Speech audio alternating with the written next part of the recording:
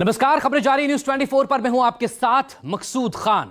सवाल महाराष्ट्र का, क्या महाराष्ट्र में चुनाव से पहले ही महायुति यानी कि एनडीए बिखर जाएगा? क्या बीजेपी और शिंदे की शिवसेना का साथ अजित पवार की एनसीपी छोड़ देगी? सवाल यह भी, क्या वोटिंग से पहले महाराष्ट्र की सियासत में कोई बड़ा खेला होने जा रहा है? ऐसे कई सवाल महाराष्ट्र की सियासत में गूंजने लगे हैं। ऐसा इसलिए क्योंकि सरकार में ही शामिल सीएम शिंदे की शिवसेना ने डेप्यूटी सीएम अजित पवार के खिलाफ खुलकर मोर्चा खोल दिया है। शिवसेना कोटे से मंत्री बने एक के बाद एक नेता डायरेक्ट अजित पवार पर हमलावर हो गए हैं। यानी शिवसेना और एनसीपी के बीच खुलकर लड़ाई सामने आ चुकी है।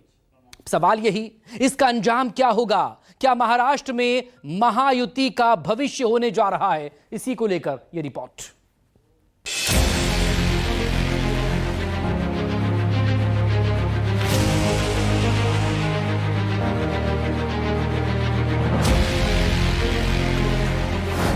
महाराष्ट्र का चुनावी रण, गठबंधनों में बड़ी tension.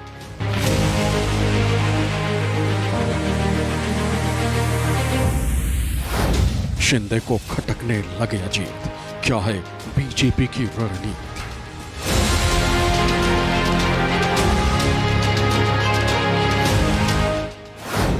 MVA versus Mahayuti, CM पर बात अटकी।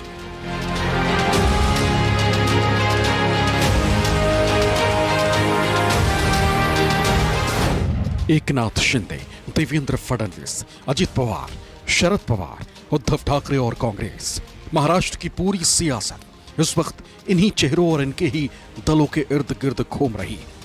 सभी दो खेमों में बटे हुए, एक है महायुति यानी एनडीए, तो वहीं दूसरी तरफ है महाविकास अघाड़ी यानी इंडिया गठबंधन। दोनों ही धड़ा चुनाव जीतने के लिए अभी से एक से बढ़कर एक सियासी चालें चल रहा है। दोनों ही खेमों में जबरदस्त तरीके से भीतरघात भी चल रहा है।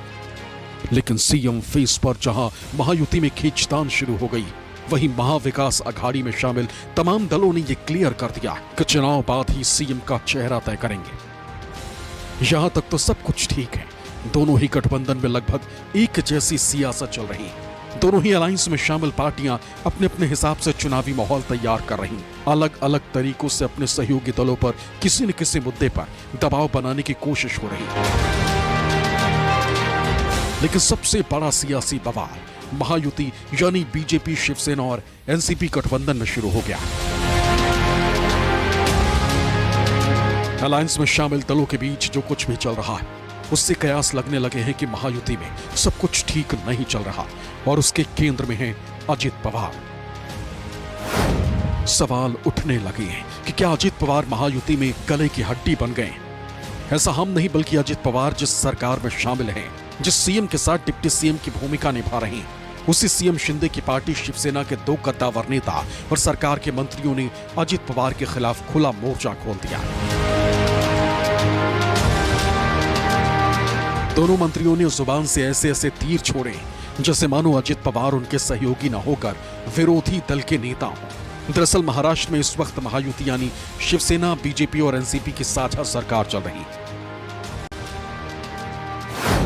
शिवसेना के मुखिया एकनाथ शिंदे मौजूदा वक्त में प्रदेश के मुख्यमंत्री, वहीं बीजेपी से देवेंद्र फडणवीस और एनसीपी से अजित पवार डिप्टी सीएम है। जाहिर है तीनों नेता एक साथ बैठते होंगे, खासकर कैबिनेट मीटिंग के दौरान। कैबिनेट की बैठक में तीनों दलों के कोटे से मंत्री बने नेता भी शामिल होते हैं, जिसमें शिवसेना से आने वाले मंत्रियों के रडार पर हर वक्त अजित पवार रहने लगे। एक मंत्री महोदय को तो अजित पवार के बगल में बैठने से ही उल्टी आने लगी। कधीही आयुष्यात काँग्रेस आणि राष्ट्रवादीचं माझं जमलेलं नाही। शिकत असल्यापासून आजकापर्यंत ही वास्तव जसं एनर्जी म्हणतो, गुढी खाली उलट्यावर चालवतात, ती अवस्था आहे। कारण ते विचार परिपूर्ण भिडलेले आहेत अंगामध्ये, त्याच्यामुळे ते शक्य आहे। आज जरी आम्ही कॅबिनेटला मांडीला बसलो असलो तरी सुद्धा बाहेर आल्यानंतर उलट्या होतात। ही वस्तुस्थिती सर्व होत नाही। ते आता वयाच्या 7व्या वर्षी म्हणून बदलू शकत नाही। जे काय 15-20 वर्षाचं पोरग आहे, आता तू असं कर, बापानं थोडा जम दिला की नीट झाला, होत नाही ते। बघ लक्षात, त्याच्यामुळं आम्ही तत्वाशी बांधलेला आहोत। अजित पवार को लेकर प्रदेश के पब्लिक हेल्थ और फैमिली वेलफेयर मंत्री तानाजी सावंत के इस बयान को ज्यादा दिन नहीं हुए। अभी यह मामला पूरी तरह शांत भी नहीं हुआ था कि एकनाथ शिंदे कैंप से आने वाले एक और मंत्री ने अजित पवार पर बेहद ही तल्ख बयान दे दिया। यह है गुलाबराव पाटिल, शिंदे सरकार में जल आपूर्ति मंत्री।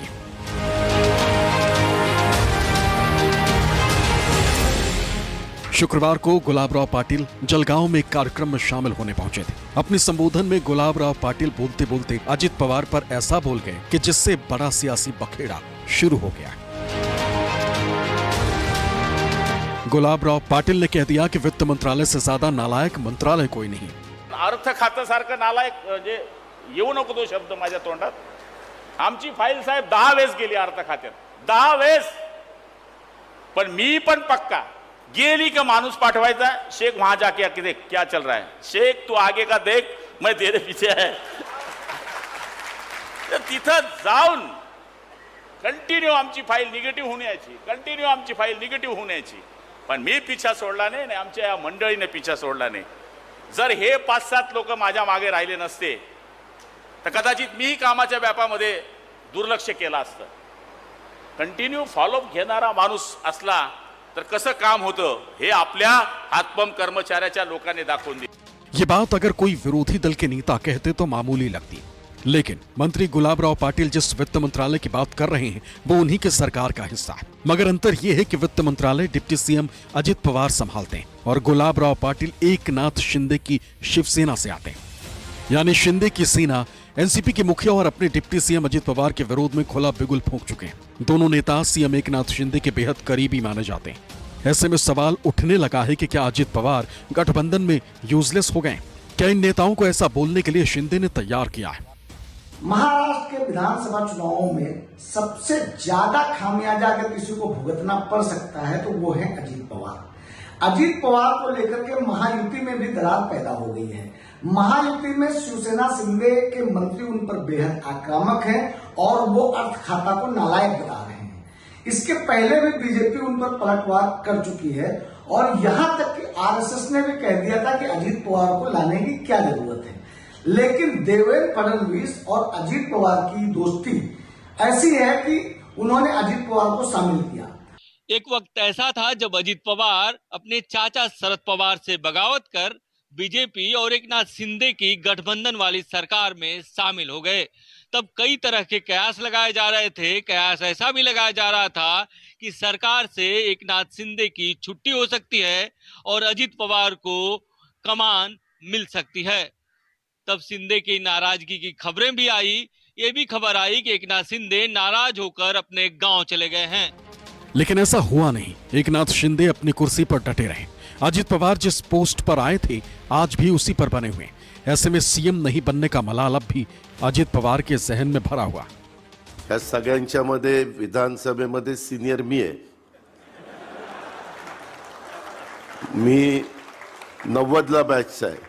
हे बाकीचे सगळे माझ्या मागचे आहेत, परंतु सगळे माझ्या पुढे निघून गेले, मी मागच राहिलोय। एकनाथराव शिंदेंना सांगितलं तुम्ही जर आला इतके आमदार घेऊन तर मुख्यमंत्री करणार, मला सांगायचं मी तर सगळी पार्टीच आणली असती। काय दरअसल जून 2022 में एकनाथ शिंदे ने उद्धव ठाकरे से बगावत कर शिवसेना तोड़कर बीजेपी से हाथ मिला लिया था और प्रदेश के सीएम बन गए थे। इसके ठीक 1 साल बाद जुलाई 2023 में अजित पवार ने अपने चाचा शरद पवार के खिलाफ बगावत कर एनसीपी के कई विधायकों और सांसदों को लेकर बीजेपी शिवसेना सरकार में शामिल हो गए थे और डिप्टी सीएम बन गए। तब से तीनों यानी एकनाथ शिंदे, देवेंद्र फडणवीस और अजित पवार मिलकर महाराष्ट्र की सरकार तो चला रहे हैं, लेकिन बीच बीच में गाहे बगाहे शिवसेना और एनसीपी के बीच वॉक युद्ध भी चलता रहता है।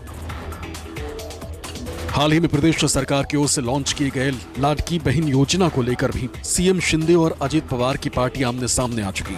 शिवसेना कोटे से मंत्री शंभुराज देसाई ने इस योजना के विज्ञापन से सीएम एकनाथ शिंदे का चेहरा हटाने को लेकर अजित पवार गुट पर करारा हमला बोला था। मंत्री शंभुराज देसाई ने आरोप लगाया था कि बारामती इलाके में लगाए गए पोस्टर्स में सीएम शिंदे का नाम गायब कर दिया गया था। शिंदे के मंत्री ने यह आरोप कैबिनेट मीटिंग के दौरान लगाए थे, जिस पर अजित गुट के मंत्री ने भी पलटवार किया था। सूत्रों के मुताबिक बताया जा रहा है कि दोनों गुट के मंत्रियों के बीच काफी देर तक तीखी बहस हुई थी। बताया जा रहा है कि दोनों पार्टियों के कोटे से बने मंत्रियों में बहस होने के बाद देवेंद्र फडणवीस को बीच बचाव के लिए आगे आना पड़ा, जिसके बाद इस योजना के प्रचार के लिए फडणवीस ने एसओपी जारी करने का प्रस्ताव लाया। इसके जरिए अब पूरे राज्य में एक ही तरह के विज्ञापन लगाए जाएंगे। कुल मिलाकर देखा जाए तो महायुति में शामिल शिवसेना और एनसीपी के बीच लगातार जुबानी जंग जारी रहती। अब इसे वाकई में शिवसेना और एनसीपी के बीच ही दुश्मनी माना जाए या फिर बीजेपी की कोई रणनीति है। ऐसे में सवाल यह भी उठता है कि क्या बीजेपी अजित पवार से छुटकारा चाहती है? शिंदे गुट के लोग को नहीं अजित पवार अच्छे लगते हैं। तानाजी सावंत उनके शिंदे गुट के मंत्री और गुलाबराव पाटिल, इन सब लोगों ने बोला अजित पवार का जो है कोई मंत्रालय अच्छे से काम नहीं कर रहा है, इनके कोई मंत्री वो कोस रहे हैं अजित पवार को कि भाई तुम हमें छोड़कर जाओ। शिंदे बिल्कुल नहीं चाहते अजित पवार हमारे साथ रहें। उसी तरीके से अब वो भी नहीं चाहते हैं माननीय देवेंद्र फडणवीस कि भाई अभी तुम हमें छोड़ो और अब जाओ जहां भी जाना है। अब क्योंकि अजित पवार चाहते हैं कि हमें 288 में 100 सीटें मिले। महायुति में अजित पवार को शामिल कराने पर राष्ट्रीय स्वयंसेवक संघ यानी आरएसएस भी सवाल उठा चुका है। लोकसभा चुनाव के नतीजे आने के 2 महीने बाद अगस्त के दूसरे हफ्ते में आरएसएस और देवेंद्र फडणवीस के बीच हुई एक अहम बैठक में भी ये मुद्दा उठा था। सूत्रों के मुताबिक तब देवेंद्र फडणवीस ने लोकसभा चुनाव पर अपनी रिपोर्ट पेश करते हुए कहा था कि हमें राज्य में हार का अंदेशा पहले से ही था, इसलिए हमने शुरुआत में एकनाथ शिंदे और फिर बाद में अजित पवार को अपने साथ लिया। देवेंद्र फडणवीस ने कहा कि राज्य में राजनीतिक परिस्थिति को देखकर यह फैसला लिया गया था, हालांकि इससे बीजेपी को नुकसान ही हुआ। उप मुख्यमंत्री ने अपनी रिपोर्ट में कहा कि अजित पवार की पार्टी और बीजेपी में वोट ट्रांसफर 50% से भी कम रहा। ऐसे में अजित पवार की मौजूदगी से बीजेपी को नुकसान ही हुआ। लोकसभा चुनाव में बीजेपी को 2019 के मुकाबले 14 सीटों का नुकसान हुआ। 2019 में अविभाजित शिवसेना के साथ लड़ने वाली बीजेपी को जहां 23 सीटें मिली थी, वहीं अब की बार यह आंकड़ा महज 9 पर ही अटक कर रह गया। इतना ही नहीं, बीजेपी के वोट शेयर में भी 1.66% की गिरावट आ गई। पिछले लोकसभा में जहां महाराष्ट्र में बीजेपी को 27.84% वोट मिले थे, वहीं अब की बार घटकर 26.18% पर पहुंच गया। सूत्रों के मुताबिक फडणवीस ने संघ को दिए अपनी रिपोर्ट में यह भी कहा था कि लोकसभा चुनाव में अजित पवार और बीजेपी के बीच वोट ट्रांसफर 50% से भी कम रहा। ऐसे में अजित की मौजूदगी से बीजेपी को नुकसान ही हुआ। वहीं दूसरी ओर शिंदे की शिवसेना का बीजेपी को 88% वोट मिला, जबकि भाजपा को 89% वोट शिंदे को ट्रांसफर हुआ। यानी शिंदे की मौजूदगी बीजेपी को थोड़ा बहुत फायदा दे गया। यही वजह है कि अब सीएम एकनाथ शिंदे भी महायुति में अपनी दावेदारी मजबूती से पेश करने लगे। दरअसल महायुति में एक तरफ जहां सीएम शिंदे और डेप्यूटी सीएम अजित गुट के बीच हॉट टॉक चल रही है, वहीं इसी गठबंधन में सीएम फेस को लेकर भी सियासत तेज हो चुकी है। एकनाथ शिंदे जहां अपनी दावेदारी पुख्ता कर रहे हैं, तो वहीं डेप्यूटी सीएम और बीजेपी नेता देवेंद्र फडणवीस ने यह साफ कर दिया है कि सीएम के चेहरे पर आखिरी फैसला जो होगा वो चुनाव के बाद लिया जाएगा। और कुछ इसी तरह का हाल महाविकास आघाडी में भी है।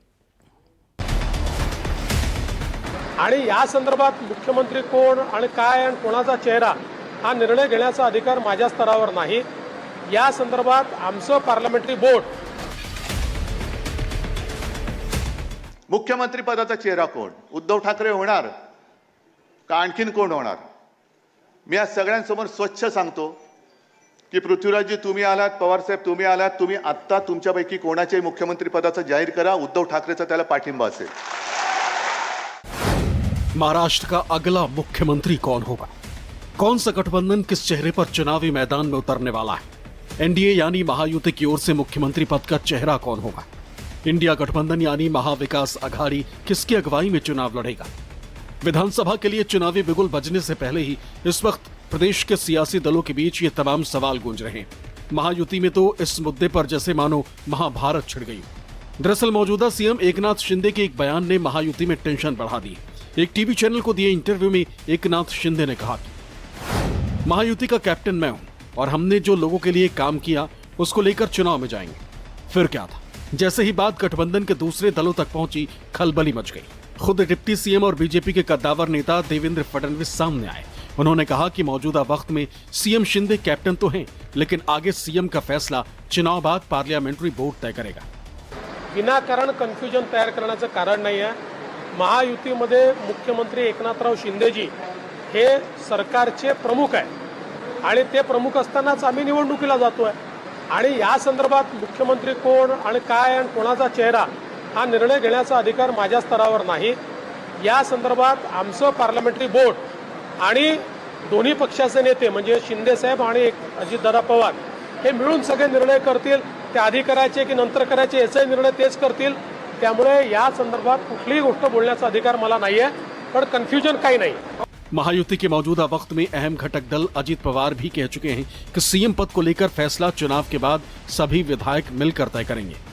महायुति के हम सब विधायक एक साथ बैठेंगे और तय करेंगे किसको बनाना है। अभी तक बात नहीं हुई है? अभी बात करने की जरूरत ही नहीं, खाली महायुति का चीफ मिनिस्टर बनाने का तय हुआ है और ज्यादा से ज्यादा सीटें महायुति की कैसे आएंगे ये कोशिश पूरी पोस्टर जोर से चालू है। इस बार भाजपा चाहती है कि सीएम पद उसके साथ रहे, इसीलिए बीजेपी 160 से 170 सीटों पर लड़ने की तैयारी कर रही है।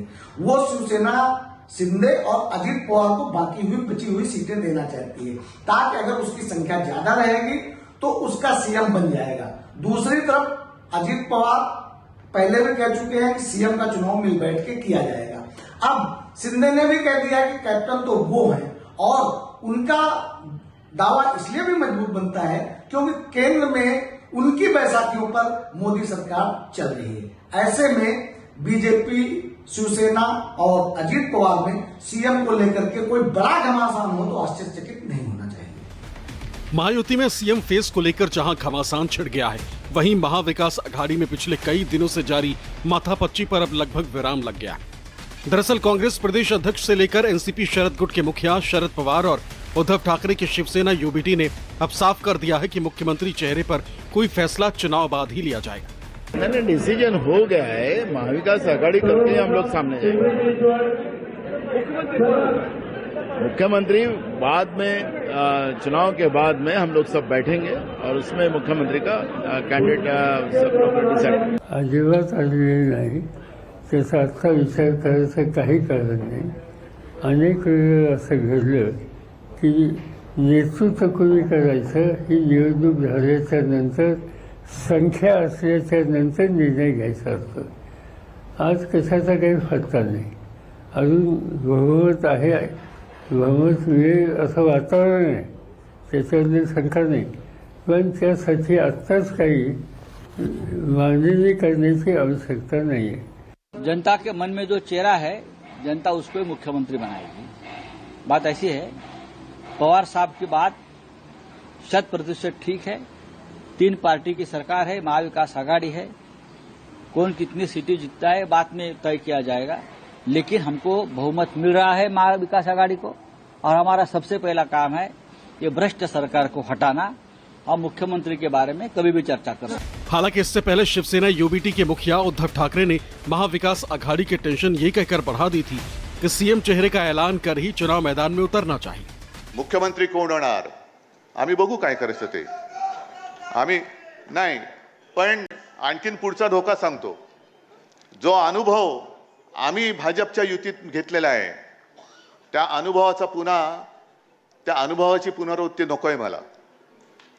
आम्ही 20 वर्ष, 25 वर्ष, 30 वर्ष सेना भाजप युती मग जागा वाटप व्हायचा, मग अशाच बैठका व्हायच्या आणि त्या बैठकांमध्ये जाहीर केलं जायचं की ज्याच्या जागा जास्त येतील त्याचा मुख्यमंत्री। आणि हेच धोरण हे आम्ही एकमेकाच्या पायावरती धोंडे पाडण्यात टाकायचो, कारण तुझ्या जास्त जागा आल्या तर तुझा मुख्यमंत्री होईल, मग तुझी जागा मी पाडणार, माझी जागा तू पाडणार, तो आपली जागा तो पाडणार। मग पाडापाडीच्या राजकारणामध्ये युतीला काय महत्व राहिलं? ज्याच्या जागा जास्त होतील नाही, आधी ठरवा आणि चला पुढे, मला काही हरकत नाही त्याच्यामध्ये, ठरवा आधी। जाहिर है दूध का जला छाछ भी फूंक फूंक कर पीता। उद्धव ठाकरे फिलहाल उसी स्थिति में। बीजेपी से बात बिगड़ने के बाद उद्धव ठाकरे महाविकास अघाड़ी में पहले ही सब कुछ क्लियर कर लेना चाहते थे, लेकिन कांग्रेस और शरद पवार ने मानो उनकी उम्मीद पर पानी फेर दिया। विधानसभा चुनाव में उद्धव ठाकरे, शरद पवार और कांग्रेस आपस में सामंजस्य बेहतर बिठा पाएंगे, क्योंकि उद्धव ठाकरे पहले भी 1.5 साल इन लोगों के साथ सरकार चला चुके हैं और एक दूसरे की राजनीति से वाकिफ हैं। जहां तक सीएम के फेस का सवाल है तो कांग्रेस और शरद पवार पहले ही इस पर स्पष्ट कर चुके हैं कि वो सीएम के फेस का ऐलान आफ्टर चुनाव करेंगे। विधानसभा चुनाव में जिसकी संख्या ज्यादा होगी, जिसके विधायक ज्यादा होंगे, उसकी पार्टी का नेता चुना जाएगा। अब यह भी हो सकता है कि 2.5 साल के लिए नेता चुन लिए जाएं, लेकिन सीएम फेस के ऐलान की बात है तो सीएम फेस को लेकर के जो उद्धव ठाकरे के मन में था वो उन्होंने एक सभा में कह भी दिया कि सीएम चाहे जिसको घोषित करो, वो राज्य से भाजपा को हटाना चाहते हैं। कुल मिलाकर देखा जाए तो अब की बार महाराष्ट्र का सियासी समीकरण दोनों तरफ पूरी तरह से बदला और उलझा हुआ है। पिछली बार जहां एकजुट शिवसेना बीजेपी के साथ थी और शरद पवार के नेतृत्व में एकजुट एनसीपी कांग्रेस के साथ थी, वहीं अब की बार एकनाथ शिंदे के नेतृत्व में शिवसेना का एक धड़ा और अजित पवार की लीडरशिप में एनसीपी का एक गुट बीजेपी के साथ। इधर उद्धव के नेतृत्व में शिवसेना का एक बड़ा तबका इस बार कांग्रेस के साथ मिलकर चुनाव लड़ रहा। बाकी शरद पवार की अगुवाई में एनसीपी का एक कुनबा कांग्रेस के साथ तो है ही। यही वजह है कि महायुति हो या फिर महाविकास अघाड़ी, दोनों ही साइड अब की बार सीट बंटवारे से लेकर सीएम फेस तक काफी माथापच्ची करनी पड़ रही। Bureau report, news 24।